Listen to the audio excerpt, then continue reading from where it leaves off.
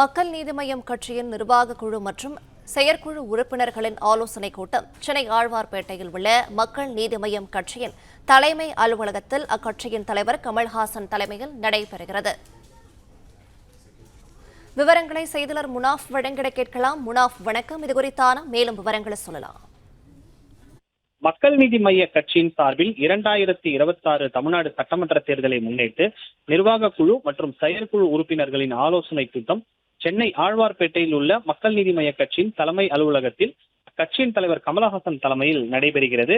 இந்த அவசர ஆலோசனை கூட்டத்தில் மக்கள் நீதி மய்ய கட்சியின் சார்பில் போட்டியிடும் தொகுதிகள் குறித்தும் வேட்பாளர்கள் தேர்வு குறித்தும் ஆலோசனை நடைபெற உள்ளதாக தகவல் வெளியாகியிருக்கிறது. முன்னதாக திமுக கூட்டணியில் அங்கம் வகிக்கும் மக்கள் நீதி மய்ய கட்சிக்கு 2 தொகுதிகள் திமுக கொடுக்க முன்வந்துள்ளதாக தகவல் வெளியாகியிருக்கிறது.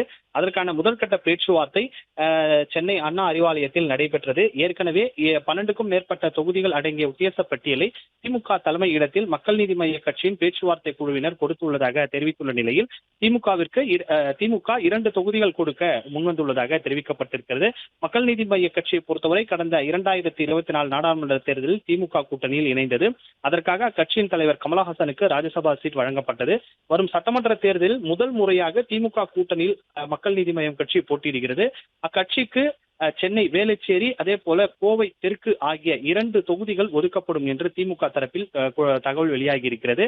மேலும் டார்ச் லைட் சின்னத்தை மக்கள் நீதி மய்யம் கட்சிக்கு தேர்தல் ஆணையம் ஒதுக்கியிருக்கிறது. ஏற்கனவே அக்கட்சி எந்த சின்னத்தில் போட்டியிடும் என்ற கேள்வி எழுந்துள்ள நிலையில அது தொடர்பாகவும் இந்த அவசர ஆலோசனை கூட்டத்தில் முடிவு எடுப்பார்கள் எனவும் தெரிவிக்கப்பட்டிருக்கிறது.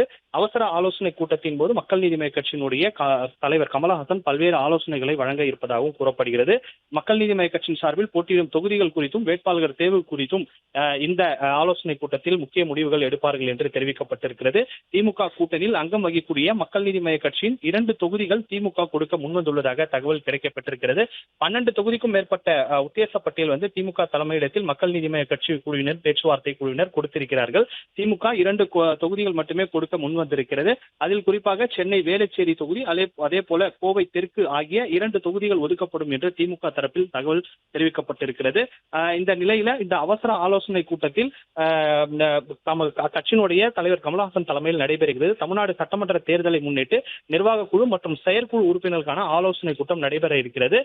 தற்போது கமலஹாசன் ஆழ்வார்பேட்டையில் இருக்கக்கூடிய கட்சியினுடைய தலைமை அலுவலகத்திற்கு வந்திருக்கிறார். முக்கிய முடிவுகள் அதே போல வேட்பாளர்கள் தேர்வு, தொகுதியினுடைய பேச்சுவார்த்தை குழுவினர் என்னென்ன பேச வேண்டும், பிரச்சாரம் உள்ளிட்ட விஷயங்கள் குறித்து இந்த ஆலோசனை கூட்டத்தில் முக்கிய முடிவு எடுப்பார்கள் என்று தெரிவிக்கப்பட்டிருக்கிறது. விவரங்களை வழங்கியமைக்கு நன்றி முனாஃப். பிளே ஸ்டோர் மற்றும் ஆப் ஸ்டோரில் இருந்து பாலிமர் செயலியை QR கோடு மூலம் பதிவிறக்கம் செய்யுங்கள். செய்திகளை உடனுக்குடன் பெறுங்கள்.